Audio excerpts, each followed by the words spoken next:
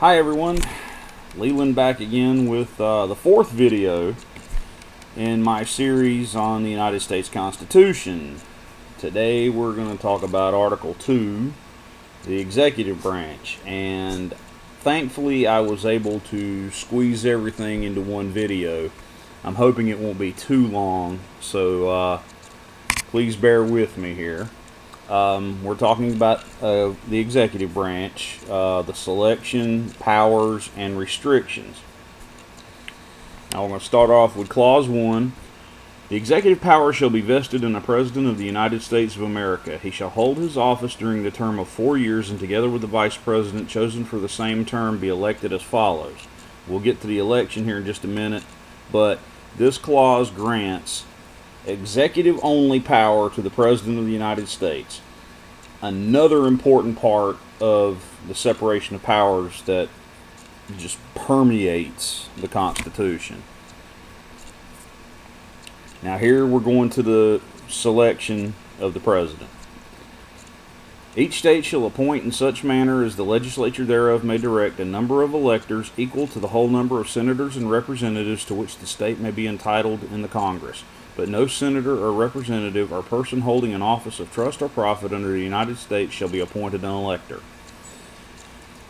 This clause establishes the Electoral College. The President and Vice President are chosen by electors who are chosen by the states. Now, the Constitution reserves the manner of selecting the electors to each individual state legislature. It doesn't limit or define how the state must choose its electors. It just gives it this specific, authority. In early years of the Constitution, the states used a number of different methods in choosing electors.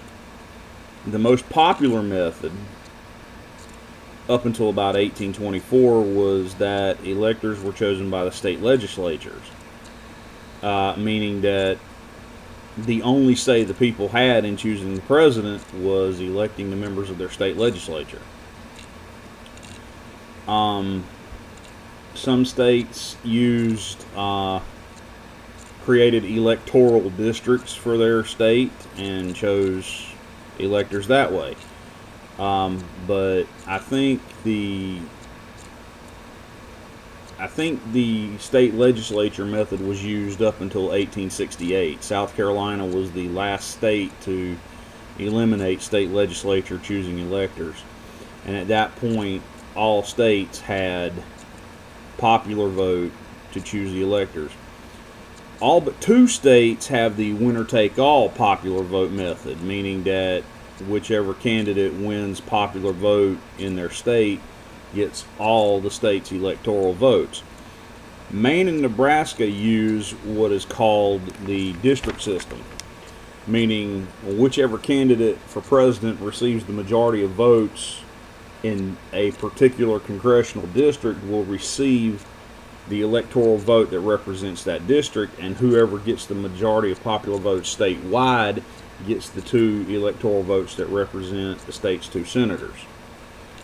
And in my opinion, the district system is a little bit more of a fair way to distribute the electoral votes. The next clause: the electors shall meet in their respective states and vote by ballot for 2 persons, of whom one at least shall not be an inhabitant of the same state with themselves. And they shall make a list of all the persons voted for and the number of votes for each, which list they shall sign and certify and transmit sealed to the seat of the government of the United States, directed to the President of the Senate. The President of the Senate shall, in the presence of the Senate and House of Representatives, open all certificates, and the votes shall then be counted. The person having the greatest number of votes shall be the President, if such number be a majority of the whole number of electors appointed. And if there be more than one who have such majority and have an equal number of votes, then the House of Representatives shall immediately choose by ballot one of them for President. And if no person have a majority, Then from the 5 highest on the list, the House shall choose in like manner the President. But in choosing the President, the vote shall be taken by states, and representation from each state having 1 vote. A quorum for this purpose shall consist of a member or members from 2/3 of the states, and a majority of all the states shall be necessary to a choice. In every case, after the choice of the President, the person having the greatest number of votes of the electors shall be the Vice President. But if there should remain 2 or more who have equal votes, the Senate shall choose from them by ballot the Vice President. Mouthful. Yeah. Once the electors are chosen, they meet in their respective states to cast their ballots for President and Vice President. Now, originally, each elector cast 2 votes for President, and at least one of those individuals had to be from a different state than the elector. Meaning, for instance, in 2008, Newt Gingrich and Herman Cain were both running for president, and some people were suggesting that if Newt was to win the nomination, he could choose Herman Cain as his vice presidential candidate.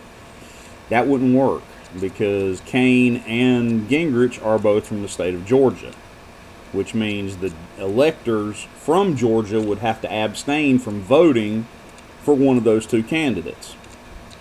So that's how that works. Let's see, where was I at?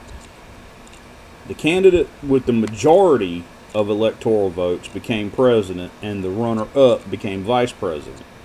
In case of a majority vote tie, or if nobody received the majority, the House of Representatives chose the president by a vote of the states. And if the second place candidates were tied, then the Senate broke the tie. And the 12th Amendment changed this to the system that we have today.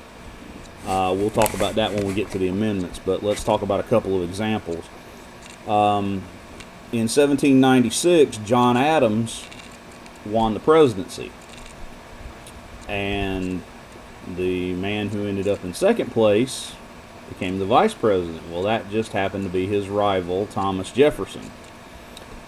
And so you had a president and vice president who were supposed to be working together, and at the time couldn't freaking stand each other. And then you had 1800. Well, John Adams was on his way out because he wasn't even considered as a, well, he was, but he wasn't, there was no way he was going to win because of a lot of stuff that Adams did during his term. But the intent was for the Republicans to have their electors vote for both Jefferson and their candidate for vice president, Aaron Burr, and one defer from Burr so he could win. So he could win the vice presidency. Well, that didn't happen. Jefferson and Burr ended up with 73 votes each, meaning they were tied, and they had to throw the election to the House of Representatives for the first time ever. And a lot of people were thinking, well, maybe we should put Burr in there. Maybe he's the guy who's easier to control. It just, Burr was a bad dude. And Jefferson, it took a while, but Jefferson ended up winning. And so that 1800 was what prompted the 12th Amendment in 1804 to alter the way. It just basically says that we'll talk about it in more detail, but I'm just going to say the 12th Amendment changes to where you have to distinguish which vote is which, whether this vote is for president, this vote is for vice president.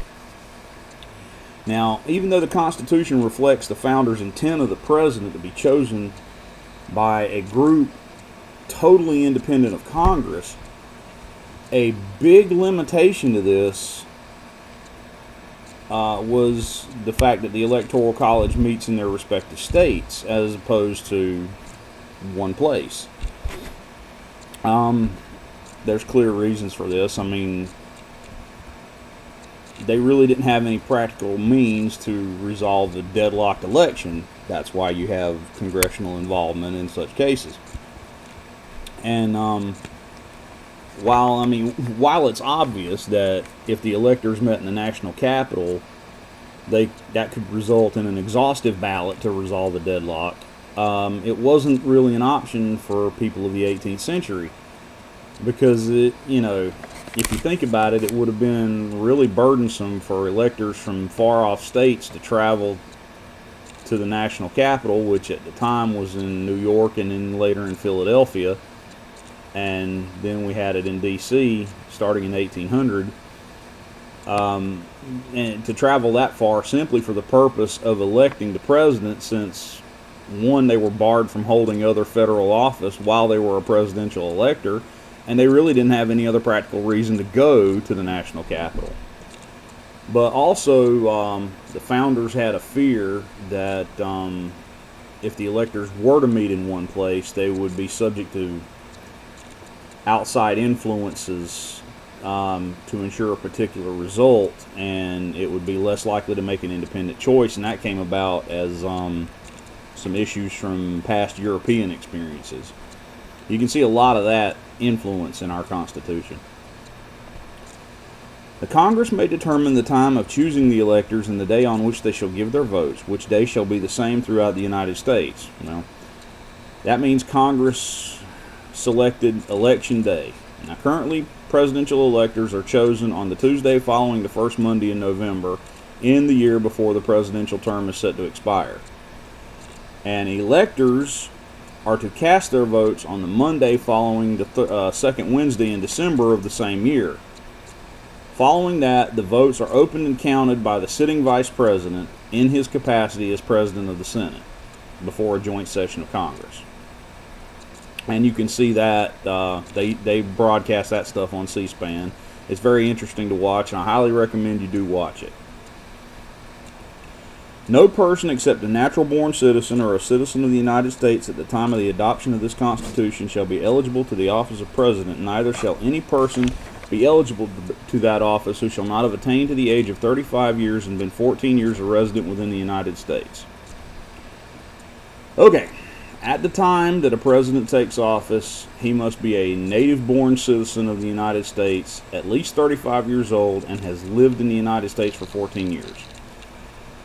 There have been a lot of controversial stuff, especially coming from our current president, Donald Trump, about the previous president, Barack Obama. Now, I'm going to give you a rundown of that. Obama's mother, Ann Dunham, was born in Wichita, Kansas, to American parents, making her an American citizen. No evidence exists of Ann Dunham renouncing her American citizenship under any circumstances. Therefore, her being an American, regardless of where Barack Obama was born, he is an American citizen. I don't like Obama. I didn't agree with his policies at all. But I will argue until the ends of the earth this fact. He may have falsified his birth certificate. That's a crime, which he should be punished for. But if he was born in Kenya, it makes no difference. His mother is an American, therefore he is. Bottom line. He was just as qualified to serve as president as any other person who has been qualified. In case of the removal of the president from office or of his death, resignation, or inability to discharge the powers and duties of the said office, the same shall devolve on the vice president, and the Congress may by law provide for the case of the removal, death, resignation, or inability of both the president and vice president, declaring what officer shall then act as president, and such officer shall act accordingly until the disability be removed or a president shall be elected. This is the establishment of the line of presidential succession. and it's very important. But the wording of this clause caused one hell of a firestorm when it was first used. In 1841, President William Henry Harrison, who was a 68-year-old war hero, stood out in the rain for 90 minutes giving his inaugural address. On a cold March day, contracted pneumonia and died 32 days after becoming president. A debate erupted over whether Vice President John Tyler should become president outright or just inherit the powers and duties, thus becoming acting president. Tyler believed that he had the right to become president. However, there were many members of Congress and members of the cabinet who Harrison had appointed who believed that he only had the right to assume the powers long enough to call for a new election. Because the wording of that clause is so vague, it was impossible for either side to prove their point. So Tyler took it upon himself to take the presidential oath of office, setting the precedent that for other vice presidents to succeed to the presidency unchallenged. Congress must also provide for who comes after the vice president in the event there is not a president or vice president. The first law established the president pro tempore of the Senate, followed by the Speaker of the House of Representatives. In 1868, this was changed. More secretaries of state had been later elected president than had presidents pro tempore or speakers, so it was changed to the Secretary of State following the Vice President, then followed by the heads of the cabinet departments in order of the department's creation, then Speaker, then President pro tempore. In 1947, it was changed again, and this is our current format: President, Vice President, Speaker, President pro tempore, and then the cabinet heads in their order of creation. There are some concerns over the constitutionality of having the Speaker and President pro tempore in the line of succession since they are members of the Congress. Like I stated before in Article 1, there's nothing that says the Speaker and the President pro tempore have to be members of the House or Senate. But the Constitution specifies that only an officer of the United States can be designated as a presidential successor. Constitutional scholars since Madison to the present day have argued back and forth that the term officer excludes members of Congress. The current law states that if there is no president or vice president, then whoever is the Speaker of the House must resign as Speaker and as a member of the House, and then that individual will be sworn in as acting President of the United States. Not President, acting President, until the election comes along and there's a president chosen.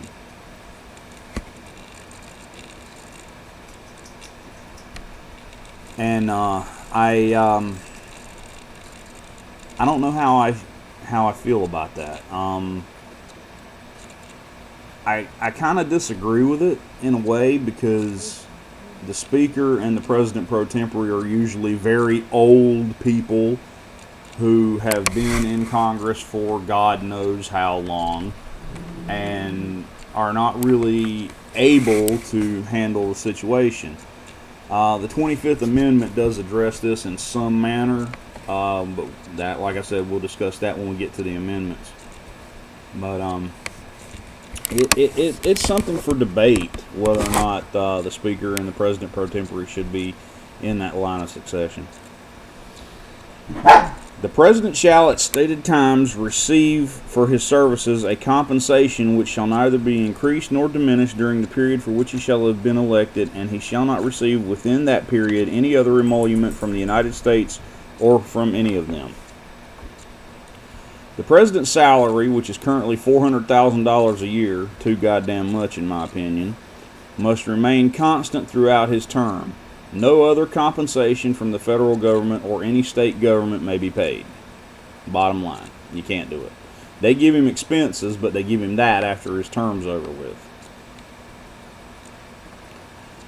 Before he enters the execution of his office, he shall take the following oath or affirmation. I do solemnly swear or affirm that I will faithfully execute the office of President of the United States and will, to the best of my ability, preserve, protect, and defend the Constitution of the United States.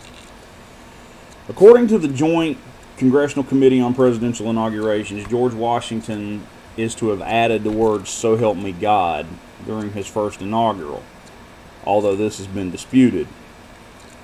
There's no sources for this fact, and no eyewitness sources to Washington's first inaugural mention it at all. Even those who transcribed what Washington said for his oath. Normally, the Chief Justice will administer the oath of office, but there have been instances where other judges did so. In fact, in 1923, when President Warren Harding died, Vice President Calvin Coolidge was visiting his parents at their home. This was in the middle of the night, and when they received word that Harding had died, Coolidge got dressed, and his father, who was a notary public, swore his son in as president. And that's the only instance where a father administered the oath of office to his son. It is sometimes asserted, however, that the oath bestows powers to the president to do whatever is necessary to preserve, protect, and defend the Constitution. Andrew Jackson, when he vetoed the act to renew the National Bank charter, implied that a president could refuse to execute laws and statutes that he felt were unconstitutional. No. In suspending the privilege of writ of habeas corpus during the Civil War, Abraham Lincoln claimed that he acted according to his oath. That action was challenged in court and overturned by the U.S. Circuit Court in Maryland. But the great savior Abraham Lincoln just simply ignored it. Yeah, Lincoln wasn't the saint that everyone thinks that he was. Now we're on to Section 2, which describes the powers of the President. The President shall be Commander-in-Chief of the Army and Navy of the United States and of the militia of the several states when called into the actual service of the United States. He may require the opinion in writing of the principal officer in each of the executive departments upon any subject relating to the duties of their respective offices, and he shall have power to grant reprieves and pardons for offenses against the United States, except in cases of impeachment.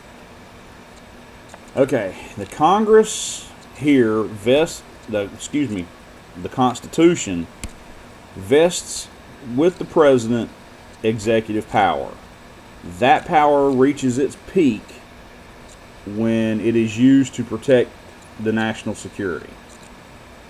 And federal courts in the United States must pay proper deference to the executive in asserting threats that face the nation.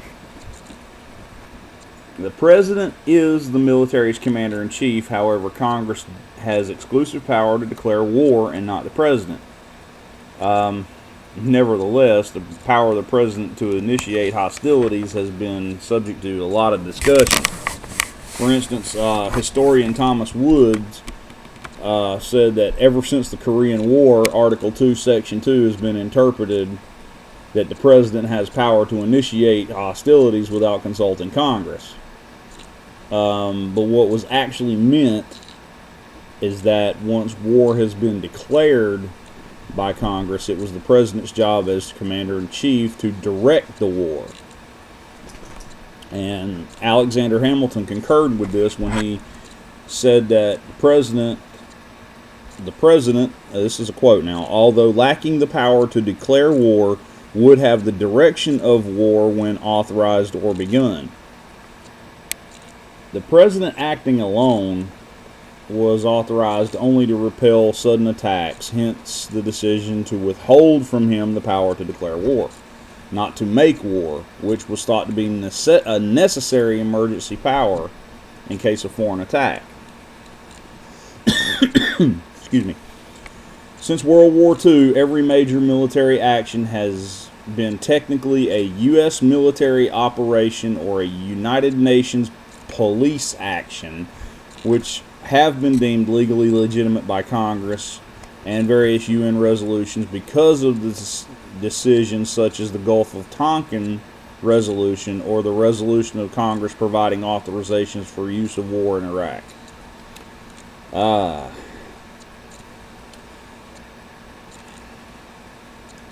The War Powers Act. Look it up. Check it out. The president is limited on what he can do. Power to make war has been abused ever since World War II. And now we're getting ready to get into another one with Iran that we do not need to be involved in. That will be a nuclear war. That will be bad. Very bad. Going on, the president can require the heads of any executive department to submit advice in writing. Nowhere in the Constitution does it require a formal cabinet, but it does authorize the president to seek advice from his principal officers as they perform their duties. George Washington, however, found it prudent to form the cabinet, and that has been part of the executive branch structure ever since. Presidents have used cabinet meetings of selected principal officers, but to widely differing extents and for different purposes. Lincoln's Secretary of State, William H. Seward, advocated the use of a parliamentary-style cabinet government, but it didn't get much ground. Woodrow Wilson supported that style while he was a professor at Princeton, but while he was president, he won't have any of that. That wasn't his deal. But recent administrations have grown to include several members of White House staff, the vice president, as well as department and agency heads.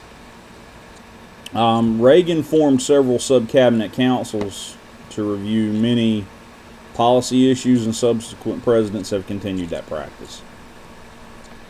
The president can grant pardons and reprieves except in cases of impeachment. Now, this brings to light a meme that has been floating around recently. There's been a lot of talk of impeaching Donald Trump for supposed crimes that he's committed. And it mentions that if Trump is impeached, Vice President Mike Pence will become president. Then he can pardon Trump, appoint Trump vice president, then Pence resigns as president, Trump becomes president, Pence becomes vice president again. Sorry. Can't happen. Because if Trump or any other official is impeached, they cannot be pardoned from the impeachment. And as ruled by the Supreme Court in United States v. Wilson in 1833, the pardon can be rejected by the convict. And then in Burdick v. United States in 1915, the court specifically said, circumstances may be made to bring innocence under the penalties of the law. If so brought, escape by confession of guilt implied in the acceptance of a pardon may be rejected, preferring to be the victim of the law rather than its acknowledged transgressor, preferring death even to such certain infamy. So, yeah. Next clause. He shall have power by and with the advice and consent of the Senate to make treaties, provided 2/3 of the senators present occur, and he shall nominate by and with advice and consent of the Senate, shall appoint ambassadors, other public ministers and consuls, judges of the Supreme Court, and all other officers of the United States whose appointments are not herein otherwise provided for, and which shall be established by law. but the Congress may by law vest the appointment of such inferior officers as they think proper in the President alone, in the courts of law, or in the heads of the departments. The President can enter the country into treaties, but they do not take effect until ratified by 2/3 of the Senate. The Constitution, however, is not explicit about termination of treaties. The first termination of a treaty occurred in 1798 when Congress passed a law terminating the 1778 Treaty of Alliance with France. In the 19th century, several presidents terminated treaties after Congress passed resolutions requesting the same thing. In 1854, President Franklin Pierce took a different route. He terminated a treaty with Denmark with the consent of the Senate alone. A Senate committee then ruled that Pierce followed the correct procedure, but successive presidents have returned to the procedure of authorization by the full Congress. And then some presidents have claimed for themselves the exclusive power to terminate treaties. The first case of this occurred when Jimmy Carter terminated a treaty with the Republic of China, also known as Taiwan. They took it to the courts, and the Supreme Court could not find any majority agreeing on any particular principle. So, it's still in question. The President can appoint judges, ambassadors, consuls, ministers, other officers with the advice and consent of the Senate. However, if Congress passes a law to this effect, the President, the heads of the departments, or the courts can appoint lower level officers. In 1931, the Senate approved a federal appointment. The officer in question was sworn into office, but the Senate, using the smokescreen of a motion to reconsider, rescinded the approval. The Supreme Court then ruled that the Senate was not permitted to rescind the approval once the officer had been installed. And there have been times where the President has asserted the power to remove individuals from office. And at times Congress has explicitly limited the President's power to do this. And one of the most famous instances came during the Reconstruction era. Congress had passed the Tenure of Office Act, which prevented President Andrew Johnson from removing any officer without Senate approval. Johnson and Congress were at odds with each other over the severity of Reconstruction Acts, and there was a real tension that developed, and I'd say outright hatred in some respects. Johnson ignored the Tenure of Office Act and removed Secretary of War William Seward, and was later impeached but acquitted. The law was later struck down by Myers versus United States in 1926. The next clause: the President shall have power to fill up all vacancies that may happen during the recess of the Senate by granting commissions which shall expire at the end of their next session. Self-explanatory. Senate's not in session. President can appoint somebody to fill the office until the Senate gets back in session and approves either that person or another person who's been appointed. He shall from time to time give Congress information of the state of the Union and recommend to their consideration such measures as he shall judge necessary and expedient. He may, on extraordinary occasions, convene both houses or either of them, and in cases of disagreement between them with respect to the time of adjournment, he may adjourn them to such time as he shall think proper. He shall receive ambassadors and other public ministers. He shall take care that the laws be faithfully executed, and shall commission all the officers of the United States. Okay, there's a lot in this one, so we'll take it one step at a time. The President is required to give Congress information on the State of the Union from time to time. The State of the Union address, as we all know. Originally, presidents delivered annual addresses to Congress. But Thomas Jefferson, my hero, love you, Tommy, He felt this procedure too closely resembled the speech from the crown, or speech from the throne, excuse me, delivered by British monarchs, and instead chose to send written messages to Congress to be read by clerks. Another reason for this is Jefferson sucked as a speechmaker because he had a lisp, and he was embarrassed by it. However, Jefferson, as we all know, was an incredible writer. The words just flowed from his pen like it was nothing. Jefferson's procedure was followed by future presidents until Woodrow Wilson went back to giving annual speeches, and that's continued to this day, as we all know. The president also has the power and duty to recommend legislation for consideration by Congress. A 1952 ruling by the Supreme Court stated that the recommendation clause serves as a reminder that the president cannot make law by himself.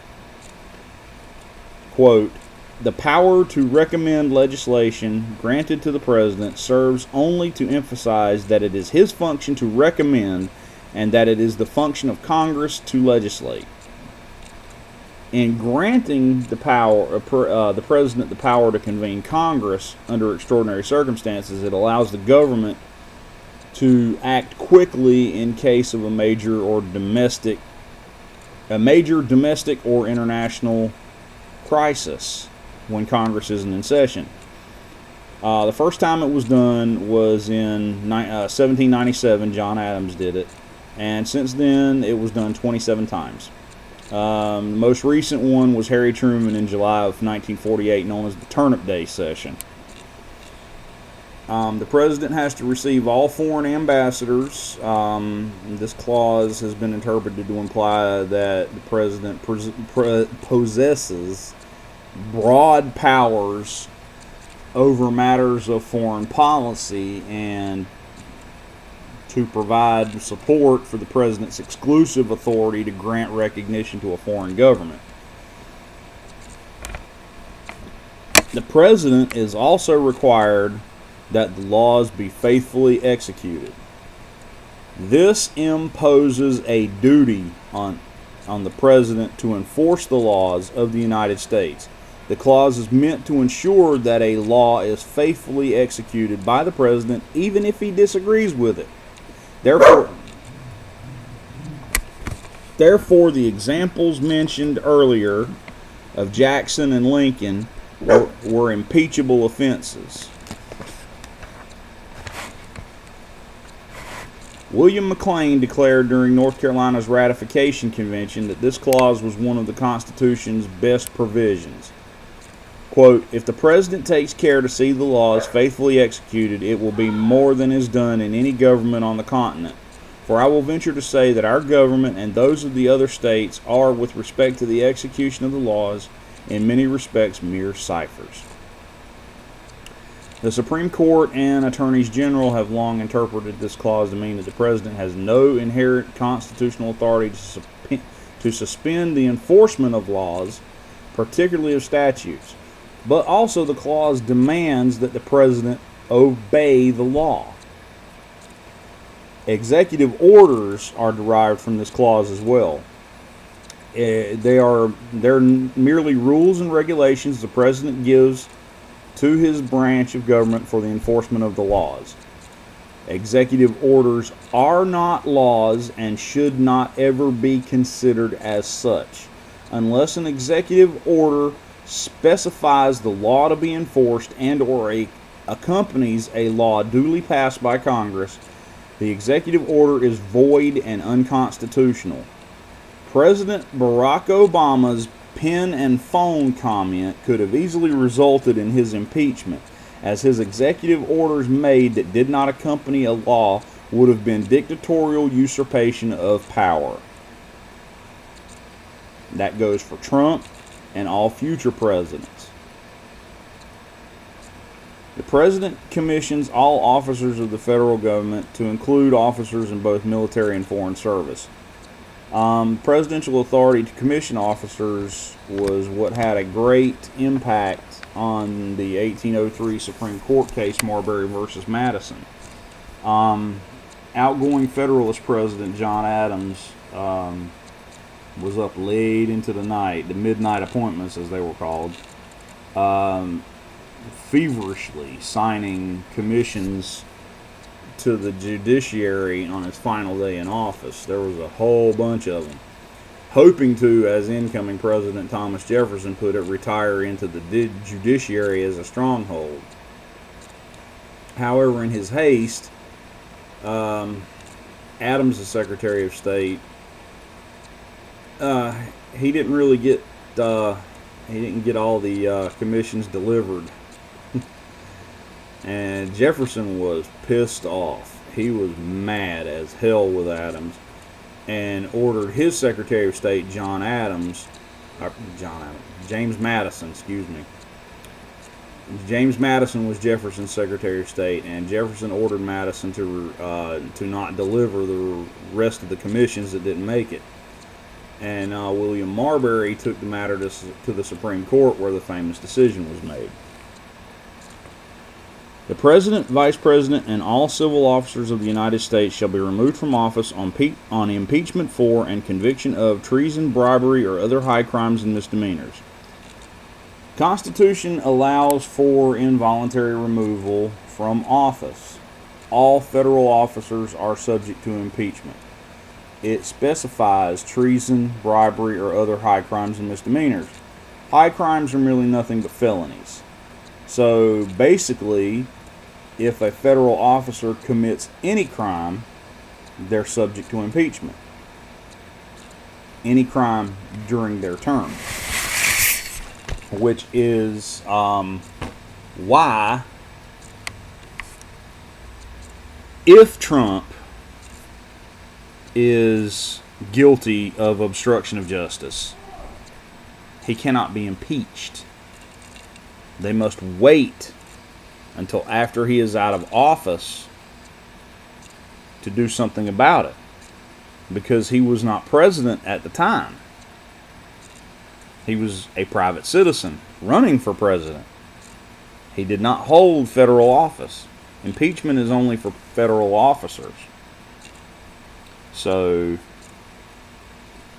there's stuff that they need to really look at again and see what can and cannot be done. Now that's the end of Article 2. Thankfully, it's not as extensive as Article 1, but the articles get shorter and shorter as we go along, and